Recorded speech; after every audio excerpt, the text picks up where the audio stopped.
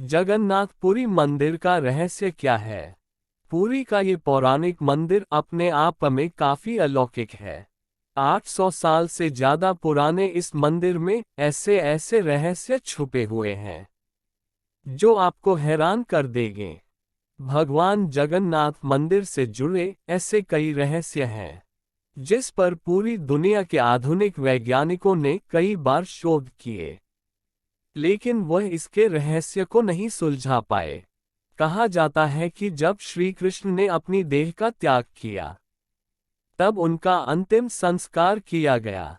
अंतिम संस्कार में श्री कृष्ण की देह पूरी तरह पंचतत्व में विलीन हो गई, लेकिन उनका हृदय वैसा का वैसा ही रहा। अग्निदाह में उनका हृदय नष्ट नहीं हुआ, वह एक जीवित व्यक्ति के हृदय तरह धड़क रहा था। कहा जाता है कि श्री कृष्ण की मृत्यु बाद जारासव नामक एक आदिवासी शिकारी ने उनके शरीर का अंतिम संस्कार किया, लेकिन श्री कृष्ण का हृदय नहीं जला। परंपरा के अनुसार पिंड को जल में प्रवाहित कर दिया गया। जल शुद्धि के अनुसार उस पिंड ने एक लट्ठे का रूप ले लिया। भगवान जगन्नाथ के भक्त राजा इंद्रद्युम्न को ये लट्ठा मिला। उन्होंने भगवान विश्वकर्मा के द्वारा इस लट्ठे को भगवान जगन्नाथ की मूर्ति के भीतर स्थापित करवा दिया। कहा जाता है कि भगवान श्री कृष्ण का हृदय आज भी जस का तस है, जो भगवान जगन्नाथ के काठ की मूर्ति के अंदर स्थापित है। भगवान जगन्नाथ का रहस्य आज तक कोई भी नहीं जान पाया है। भगवान जगन्नाथ की मूर्ति को हर 12 साल में बदला जाता है। इस दौरान पूरे शहर की रोशनी बंद कर दी जाती है। बिजली बंद करने के बाद मंदिर के पूरे परिसर को घेर लिया जाता है। सीआरपीएफ व सेना के संरक्षण में आने के बाद मंदिर में कोई भी प्रवेश नहीं कर सकता। पुजारी की आंखों पर पट्टी बांधी जाती है। उनके हाथों में मोटे दस्ताने पहनाए जाते हैं। मंदिर के अंदर घोर घने अंधकार के बीच पुजारी उस पदार्थ को बाहर निकलता है, फिर उसे नई मूर्ति में स्थापित कर देता है। इसी भगवान श्री कृष्ण के हृदय को ब्रह्म पदार्थ कहा जाता है। इस ब्रह्म पदार्थ के रहस्य को आज तक कोई नहीं जान पाया। सैकड़ों वर्षों से एक मूर्ति से दूसरी मूर्ति में ये ब्रह्म पदार्थ स्थानांतरित किया जाता रहा है। खास बात यह है कि ब्रह्म पदार्थ को बदलने वाला पुजारी भी यह नहीं जानता कि वह किस चीज को हस्तांतरित कर रहा है, क्योंकि उसके हाथों में दस्ताने होते हैं और आंख में पट्टी बंधी होती है। हालांकि ब्रह्म पदार्थ को बदलने वाले पुजारी यह जरूर कहते हैं कि वह जिस पदार्थ को बदलते हैं वह किसी खरगोश के जैसे उछलता है। आज जो पुरी के मंदिर के विषय में आश्चर्यजनक बातें सुनते हैं, यह उसी ब्रह्म पदार्थ का ही चमत्कार है। उसके चमत्कारों की व्याख्या अनंत है। उड़ीसा के पुरी में निकलने वाली जगन्नाथ रथ यात्रा 500 सालों से चली आ रही परंपरा का एक हिस्सा है। इसके बारे में स्कंद पुराण, नारद पुराण, पद्म पुराण और ब्रह्म पुराण में भी वर्णन किया गया है।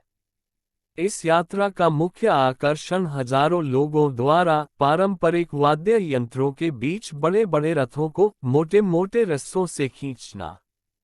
इसमें भगवान जगन्नाथ के साथ साथ भाई बलभद्र जी व बहन सुभद्रा जी का रथ होता है। मान्यता है कि इन रथों को खींचने वालों को मोक्ष की प्राप्ति होती है। ये यात्रा 9 दिनों तक चलती है। यह एक ऐसा उत्सव है जिसमें भगवान स्वयं रथ पर घूमने निकलते हैं। इस उत्सव में भगवान रथ पर सवार होकर पूरे नगर का भ्रमण करते हैं। अंत में अपनी मौसी के घर गुंडिचा मंदिर में पहुंचते हैं। रथ यात्रा के दौरान हर साल एक घटना घटती है। वह इस दिन बारिश का होना है। इस बात का इतिहास गवाह है कि रथ यात्रा का कोई भी साल ऐसा नहीं गुजरा जब रथ यात्रा के दौरान बारिश नहीं हुई। हैरानी की बात यह है कि हिंदू धर्म के देवता का एक मुस्लिम मजार से क्या रिश्ता। कहानी यह है कि भारत में जब मुगलों का शासन हुआ करता था, तब उनकी सेना में सालबेग नामक एक वीर था। सालबेग के पिता मुस्लिम और मां हिंदू थी। एक युद्ध के दौरान सालबेग के माथे पर गहरी चोट लगी। उसकी मां ने सालबेग को दुखी देखकर उसे भगवान जगन्नाथ के दरबार में जाने के लिए कहा। सालबेग अपनी मां की बात मानकर भगवान की भक्ति करने लगा। सालबेग जब तक जीवित था, तब तक वह भगवान की भक्ति करता रहा, लेकिन उसे ईश्वर के दर्शन नहीं हो पाए। लेकिन जब उसकी मृत्यु हुई, तो उसी वर्ष जगन्नाथ जी की यात्रा के दौरान भगवान का रथ अपने आप ही सालबेग की मजार पर जाकर रुक गया। लोगों ने बहुत कोशिश की, लेकिन रथ 1 इंच भी नहीं हिला। तब किसी ने भगवान के परम भक्त सालबेग के बारे में बताया। इसके बाद वहां मौजूद सभी लोगों ने सालबेग के नाम का जयकारा लगाया। तब जाकर भगवान का रथ आगे बढ़ा। तब से हर वर्ष ऐसा ही होता है। भगवान जगन्नाथ मंदिर के ऊपर लहराता ध्वज बहुत रहस्यमय है। ये ध्वज हमेशा हवा के विपरीत दिशा में लहराता है। यानी अगर यह हवा पूरब से पश्चिम की ओर बह रही है, तो ये ध्वज पश्चिम से पूरब की ओर लहराएगा। ऐसा किस वजह से होता है? ये तो वैज्ञानिकों के लिए भी चुनौती है। इसके साथ ही हर रोज ध्वज को बदलने का नियम है। ऐसी मान्यता है कि अगर किसी भी दिन इस ध्वजा को नहीं बदला गया, तो मंदिर अगले 18 सालों के लिए बंद हो जाएगा। लेकिन ये बहुत आश्चर्यजनक है। इस ध्वज के पीछे एक आश्चर्यजनक बात ये भी है कि मंदिर के ऊपर स्थापित ध्वज को उल्टा चढ़ाकर बदला जाता है, ताकि ऐसा लगे कि यह सीधी दिशा में लहरा रहा है। ये ध्वज भी इतना भव्य है कि जब ये लहराता है, तो इसे सब देखते ही रह जाते हैं। ध्वज पर शिव का चंद्र बना हुआ है। जगन्नाथपुरी मंदिर में 500 रसोइये अपने 300 सहयोगियों के साथ मिलकर भगवान जगन्नाथ जी का प्रसाद बनाते हैं। लगभग 20 लाख भक्त यहाँ भोजन कर सकते हैं। कहा जाता है कि मंदिर में प्रसाद चाहे कुछ हजार लोगों के लिए ही क्यों न बनाया गया हो, लेकिन इससे लाखों लोगों का पेट भर सकता है। सब कुछ लकड़ी के ऊपर ही पकाया जाता है। इस प्रक्रिया का सबसे बड़ा रहस्य यह है कि सबसे ऊपर वाले बर्तन का प्रसाद सबसे पहले बनता है, जबकि नीचे वाले बर्तन का प्रसाद आखिरी में तैयार होता है।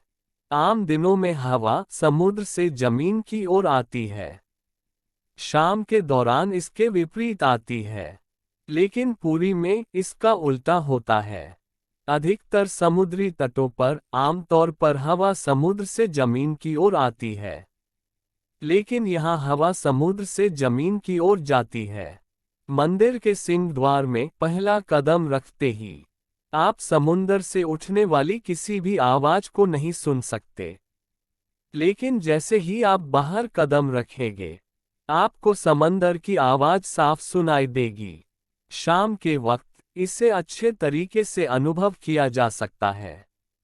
इसी तरह मंदिर के बाहर स्वर्ग द्वार है, जहां पर मोक्ष प्राप्ति के लिए शव का अंतिम संस्कार किया जाता है।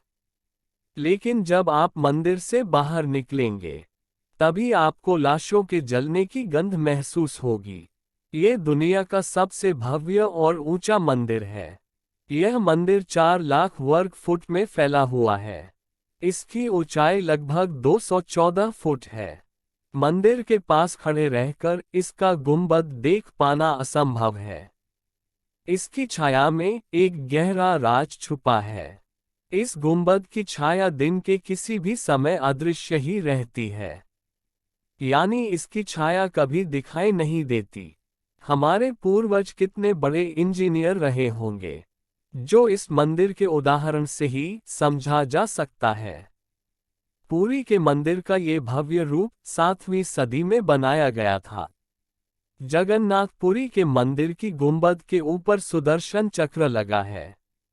ऐसा कहा जाता है कि पुरी में आप कहीं पर भी खड़े हो, हर जगह से मंदिर के शीर्ष पर लगे सुदर्शन चक्र को आप देख सकते हैं।